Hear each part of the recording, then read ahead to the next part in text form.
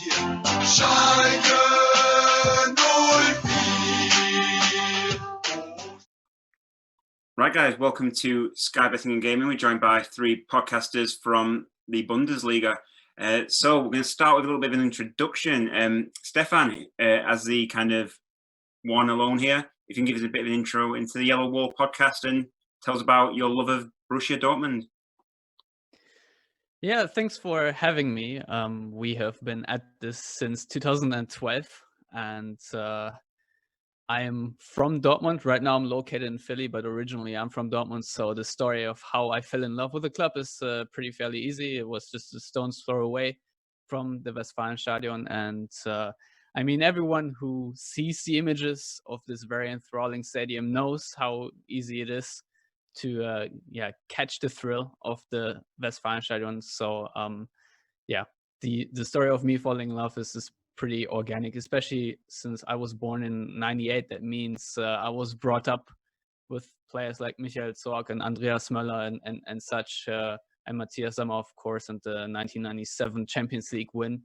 So I was treated to a very good Borussia Dortmund team when I was growing up, but I think I also would have fallen in love if they were only as successful as Schalke were back then. And do you stand on the Yellow Wall as a kid?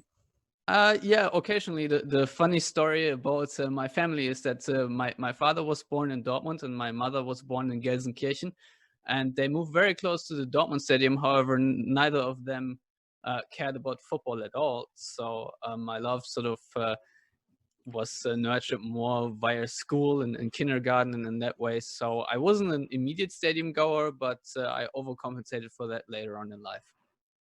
Cool. And we've got two Schalke fans joining us today, Richard and John. Yeah, Stefan's route to Dortmund fandom, certainly a little bit more natural growing up in that area or spending some time there as a youngster.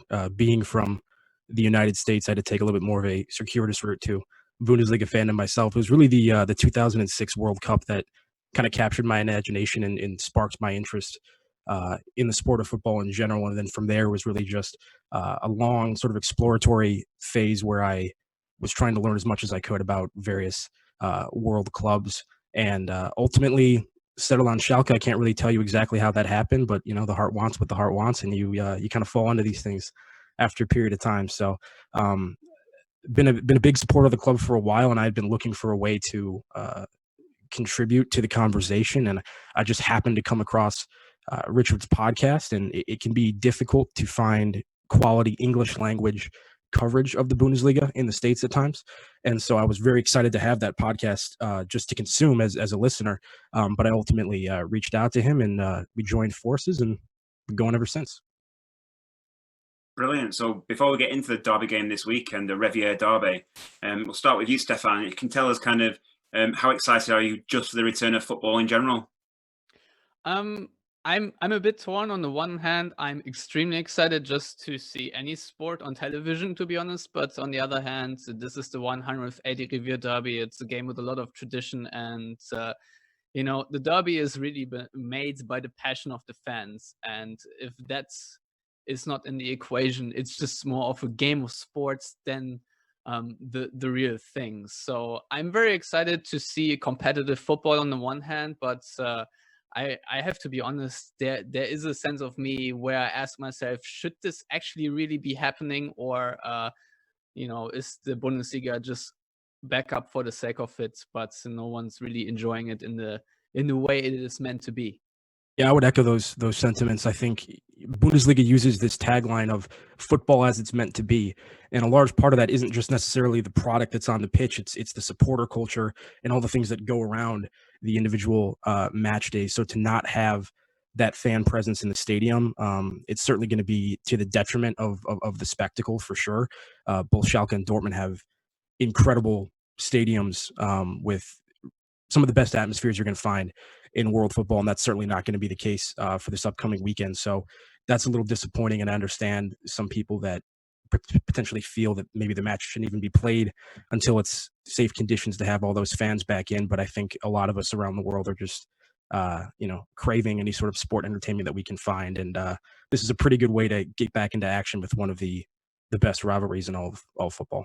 Yeah, I will add in general, right now it feels rather counterintuitive to play football, considering that you want to have social distancing in action and all that. The DFL, the Deutsche Fußballliga, released a very encompassing safety concept, and it's very detailed, which is very nice to see. However, we will really have to wait and see how well it can be implemented. As Richard said, this can be just completely go sideways very quickly. So everything needs to be viewed and seen with the asterisks right now, and I don't know how much fun and long-term enjoyment we will get out of this season right now. And I think the eyes of the world are really going to be on the Bundesliga during this restart, because I think it's perhaps the biggest league to kind of get back into action here. And, they won't just be paying attention to what's happening on the pitch. They'll be paying attention to how well this restart is implemented and whether or not the Bundesliga runs into any setbacks or roadblocks. And that could potentially have negative ramifications on restarts for other leagues or potentially even other sports if this doesn't go as smoothly as I think everyone is hoping for. So It has, because a derby like that has literally never happened. And these are the kind of mental gymnastics that you come to expect from Dortmund supporters. Yes, quite honestly, trying to spin the absence of the yellow wall is somehow a positive for Dortmund, despite what is a pretty intimidating atmosphere. But in all we're fairness, going to be renamed into not the yellow wall pod. but in all fairness, I do think, to Stefan's point, there's so much that's up in the air about this restart. I mean, are the players even fit? That sort of a thing. So there's a lot of elements that typically wouldn't be a part of this fixture that are going to be in play, and it makes it so much more difficult to predict. Just looking at recent results, it actually looks as though Schalke have a really good record in the 21st century in Dortmund. 4 defeats, including a 4-2 win? And how much does it mean, guys, to come away from Dortmund with a win? Obviously, it must mean a little bit more than the average game. Well, that specific result, the 4-2 last year, really speaks to the impact that this fixture has, because last season for Schalke was a disastrous campaign by every measure. We were almost flirting with a relegation battle, which for a club of Schalke's standing in the German game is almost unthinkable. Meanwhile, you have Dortmund that are very much in a title chase, trying to knock off perennial powerhouse Bayern Munich, and within a shout of actually doing that. And Schalke, completely against form and in all wisdom that you would say, went in there and Dortmund just kind of self-destructed, and we walked away with the victory. So it was a victory that not only ruined Dortmund's title chances, pulled us out of a potential relegation fight, but then also we get the bragging rights, and it kind of just puts a Band-Aid on how bad that campaign, and it really gives the supporters something to cheer about and to take heart with into a summer of uncertainty, for sure. Yeah, I think the Schalke Twitter account actually exploded in the best way, where they posted season highlights and was just a black screen for long, then the highlights of that particular derby, and then it was black again. So that summed it up quite perfectly. So let's go back to the early game this season, the 0-0. Stefan, I think you said it was the worst game in the Bundesliga so far. How did you guys see it from a Schalke point of view?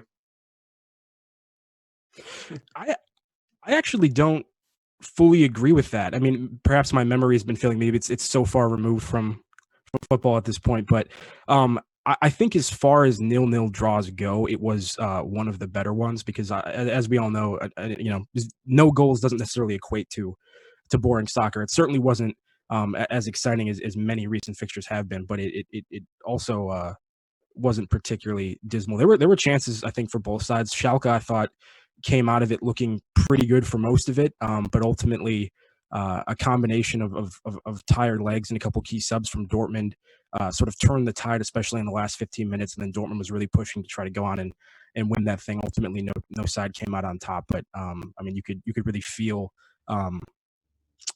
the intensity and the urgency which all the players were playing with, trying to get that result for their club. Definitely.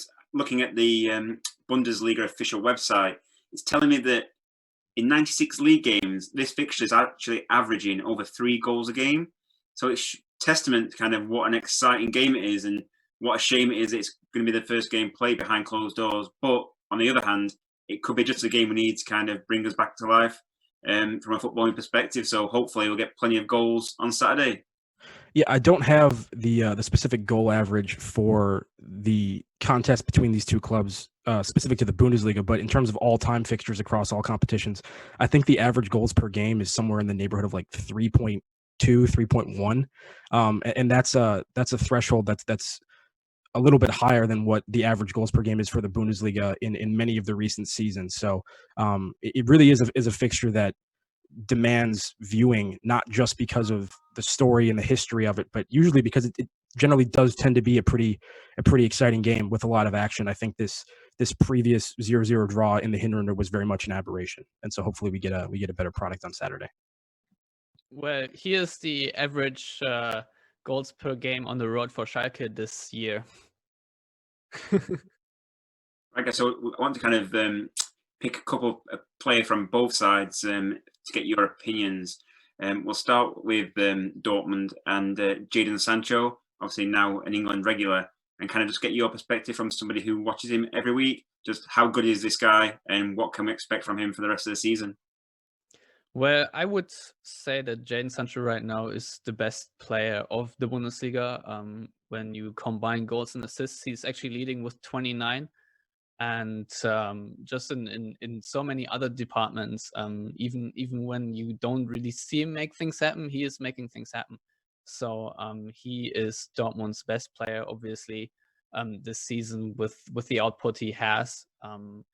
His creativity, his ability to dribble and beat opponents 1v1 is unmatched for any other Dortmund player. So he has been a revelation. Honestly, this year, I knew he was going to be good, but I didn't expect him to be this good. And what's scary about Jadon Sancho is when you have the feeling that he had a bad game, chances are he's still somehow directly involved in the goal. And if you would count pre-assists, I think to that 29 goals and assists, you would add 14 more. So his involvement, direct or indirect, in Dortmund goals has been immense. So that's around 69% in that area, depending on how you count goals and assists. So yeah, he is an incredible asset for Dortmund, and obviously helps with drawing more British football fans and gaining their attention and what's going on in the Bundesliga, because I think that Jadon Sancho right now is the hottest English prospect there is, and for the national team in England, which hasn't performed very well, he is someone that brings hope. And do you think you'll be able to hold on to him once the season's over and the transfer window opens? Yes, the thing is, there are obviously a million push notifications on my phone like every day with a new Jadon Sancho transfer rumor. But I think the market has shaped in a way that it is more of a buyer's market than it's a seller's market. So I think that if Dortmund want top dollar for Jadon Sancho, they probably go and hold on to him to another season if financial markets in general recover. So with his contract running out in 2022, they can do that. And honestly, I think right now it's financially savvy, and you mustn't forget that his worth as someone you can market worldwide and to build your own brand helps as well, not discounting the sporting success that he would add, because it's going to be terribly hard to replace this 19-year-old kid. So or is he 18 still? I don't even know. But yeah, it's fantastic to watch Jadon Sancho. It's a lot of fun because he's one of these players that just dazzles players. He has this move that brings defenders off balance and then can pull the trigger and score a beautiful goal. So he's not only very good, but he's also just very easy on the ice. And yeah, to answer the question, it's likely that Dortmund are going to sell him, but it's become less likely. And what are the chances of him following in Robert Lewandowski's boots and heading south to Bayern Munich this summer? Chances? That's very unrealistic, because he's either heading back to the Premier League, or I can very much envision him in a Real Madrid shirt or Barcelona or something like that. I don't think he would make the move to Bayern Munich, but obviously I've now massively jinxed it. And guys, so we're going to move on to a player maybe not as famous as Jadon Sancho right now, but nevertheless doing big things for you guys. So John Joe Kenny on loan from Everton. I was wondering if you could give us an update on how he's doing for the team. Well, I think we'd all agree that John Joe Kenny is by far the more promising talent, right? No, he got off to, I thought, a pretty hot start in his Schalke tenure. Scored a goal early in the season, a really nice goal from outside the box, and outside of, I think, a penalty on Alphonso Davies was very solid defensively early on. I think his performances have trailed off a little bit, sort of in line with Schalke's performances in general. But overall, I think it's been a very positive loan move for us, and John Joe Kenny himself seems to be very complimentary of the club and the fan culture and everything, and has himself expressed an interest in staying on with Schalke past the end of the season. So hopefully that's a move that we can lock up and bring him in officially. Schalke's in a little bit of a financial difficult situation right now, and has been for a while. So our transfer budget maybe isn't what we would like it to be. It's going to make that move difficult, but it's certainly been promising performances from John Joe Kenny so far. Another player, another manager even we're really accustomed to in the Premier League is David Wagner. Just like to get your guys' opinion on the manager.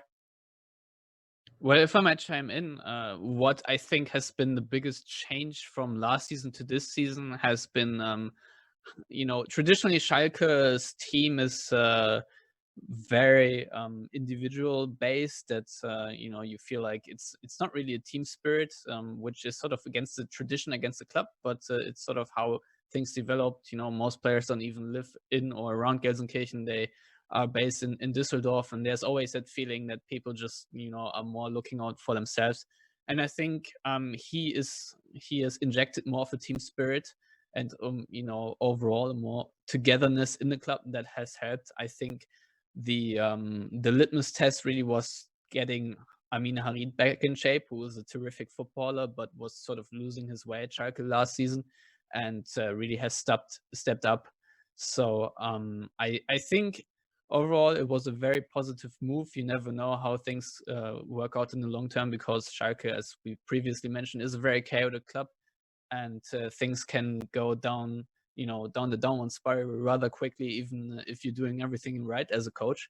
They've churned through a couple of coaches in recent history, but overall I think the way forward for Schalke is a really energetic pressing system, because they do not have the players or the budget really to aim for possession-based football, to acquire these highly technical players. So you will always have to be a bit more on the physical side, and I think that fits Schalke anyway, who want to have this, as we say in the Ruhr area, Melocha, which means hard-working football.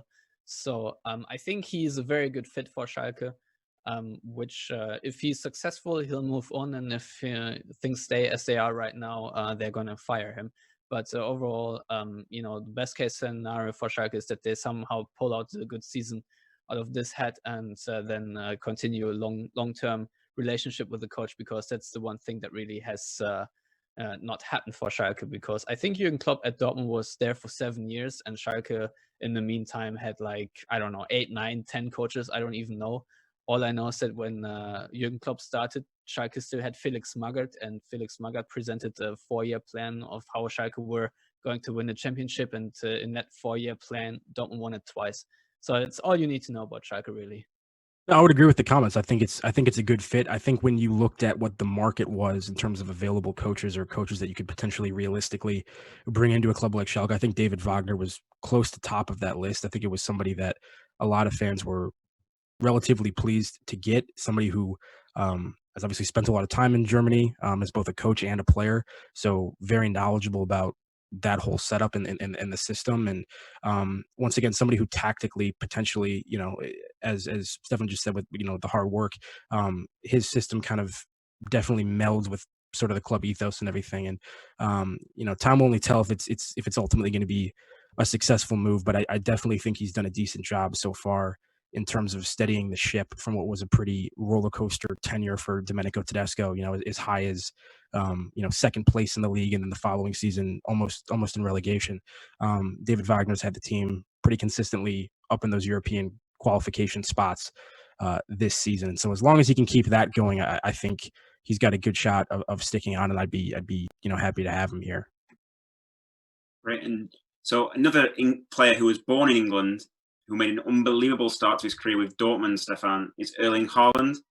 If you can tell British fans a little bit about him, just give us an idea just how good this guy could be. Yeah, it's really one of these very few times where you feel like you really have a phenomena player. I think right now, well, first of all, I think Erling Haaland has a mentality that you need to really make it to the highest ranks in world football. We have, I think in the United States, we have recently talked a lot of Michael Jordan because there's a documentary out there, but also sadly about Kobe Bryant and the Mamba mentality. But if you want to talk about Erling Haaland and his goal scoring, you first have to talk about the person he is. And I think everything he does is about football and about winning games. So he is a very hardworking player, and that's the first thing that other Dortmund players and his coach described him as someone who's very, very diligent and very disciplined in his lifestyle and his attitude toward the game. And obviously, it has shown. His first appearance for Dortmund was a substitution in like the 60th or 70th minute, and Dortmund were trailing 3-2 in Augsburg, and then he scored a hat trick. And it's just crazy. He has scored 9 goals now in the Bundesliga, and I think everyone has seen his Zen celebration against PSG in the home leg in the Champions League. This guy is a revelation, and he's extremely talented. Obviously, there are still ways for him to improve, but he's very young still, and I'm sure he will iron out the kinks that he still has, especially with that work rate and mentality. And on the football pitch, he's just an absolute monster because he is about as quick as Pierre-Emerick Aubameyang on the first 5 to 10 meters, maybe. For a guy that tall, it's quite insane. And obviously, he has the physicality to muscle other players off the ball. And, he can score goals from almost every position and every angle. His shooting technique is extremely well crafted, and he can score goals with either foot very well. And he just has this instinct knowing where to be at the right time to just poke it home. And it's the sort of striker that Dortmund have been missing for a very long time, since Pierre-Emerick Aubameyang left for Arsenal. Someone who just knows where to be in the box when that pass comes, because Dortmund have enough creative players to feed a good striker, and that sort of has made a success. But I will say right away, there's no chance in hell that Erling Haaland will be a long-term thing in Dortmund, because he is definitely destined for greater things. And before we know it, he's going to be playing for Real Madrid or so. But I think he's going to be one of the biggest names in world football in the next 2 or 3 years easily. You can already see how good he is, and he can only improve. And it's I don't have the stats right in front of me, but it's just frightening at what how many goals a minute he scores. So if you want to look up Erling Haaland, always look up his statistics, because they're just insane. Yeah, his arrival in Dortmund was a most unwelcome development, I think, to Schalke supporters everywhere. I was hoping that he was just going to go straight to the Premier League or some other league, from Austria, rather than coming to the Bundesliga, just because selfishly I didn't want him to end up on any team that we might potentially compete against. Because as Richard said, I mean, he absolutely terrifies me. The mentality of this kid at his age is just unbelievable. And I mean, 2 words to sum up: it's just killer instinct. The guy, I mean, his movement off the ball around the box, he makes runs and commits to like diving in on those runs that other players just don't make. And he wants to score, he has to score, and he's very single-minded about that. And it's been remarkable effect so far. He's truly made an impact, as Stefan pointed out earlier. He scored more goals in the Rückrunde for Dortmund than Schalke have scored as a team so far. He's gotten off to about the best start you could possibly imagine. So if he ultimately ended up being the difference in this fixture on Saturday, I don't think anybody would be surprised by that. I mean, the last time these two clubs faced each other, I think Mario Götze was leading the line, was he not? I Yeah. mean, how much of an upgrade is that? I Yeah, mean, in terms of who's leading, Mario yeah. Götze is a really good footballer, but he is not a number 9. And I think to talk in that same vein, as you said, Dortmund fans really had the opposite reaction because too many times when Dortmund play against Schalke or in the high-profile games against Bayern Munich, it happens that this Dortmund team gets bullied. They have a lot of raw talent, but sometimes mentally they implode, but also just physically they can't compete quite with Bayern Munich. And Schalke are also a very physical team, and it's a very good feeling to have a bully in your own team that everyone else will fear and hate. So it's just nice to have that sort of goal scoring middle finger running around in your team. So I think we agree that Haaland and Sancho could possibly be the most dangerous players for Dortmund on Saturday. But Richard, Jack, who should we watch out for from Schalke from an attacking perspective? Yeah, Richard and I would like to take this opportunity to introduce the good viewers of Sky Bet to one Ahmed Katucu, who is our pet favorite on Schalke. He came through the youth system. He's a striker who's generally starting games on the bench, which we disagree with, and so we've started the hashtag Free Katucu movement, try to get him more playing time. So keep an eye out for him if ultimately he for some reason gets the start or does come on as a sub. But I think conventional wisdom would say that Amina Arid is probably the X factor player for Schalke, the player that's probably most likely to come up with that moment of magic that can sometimes be needed in closely contested affairs like the Revierderby. He was huge for us earlier in the season, bailed us out on a number of occasions, had some really good performances. Once again, trailed off much like Schalke has as a team, but that would be, I think, the guy to watch from our side of things.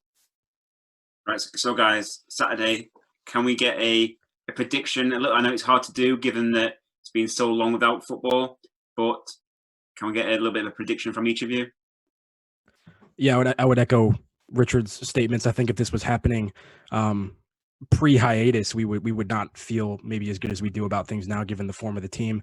No one really knows how these teams are going to look coming out of this whole break. It's very much uncharted territory for everyone. But because of that, I'm going to go ahead and say we're going to go for a 2-1 win for Schalke on the road.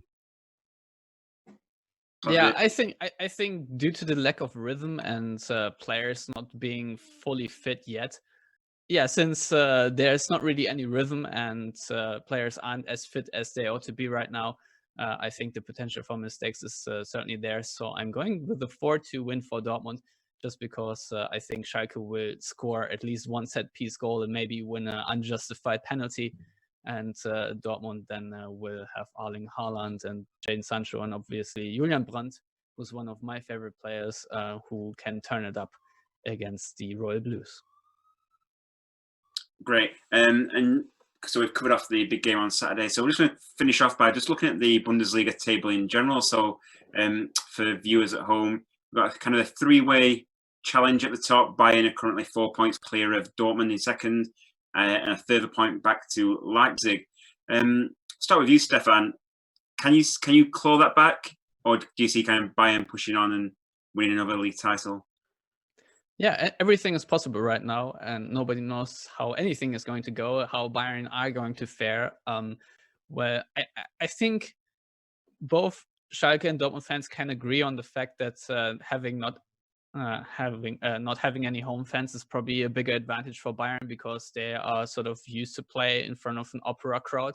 So that should help them. But overall, everything is sort of a toss-up in the top 5, really. And I think the onslaught between Leverkusen, Gladbach, Leipzig, and Dortmund for that fourth Champions League spot is going to be an amazing spectacle should the Bundesliga play out for the final 9 match days. I think overall this Bundesliga season has been the best in many, many years. There's a lot of entertainment, and only recently we have seen really that rift between the top 5 and the rest of the league.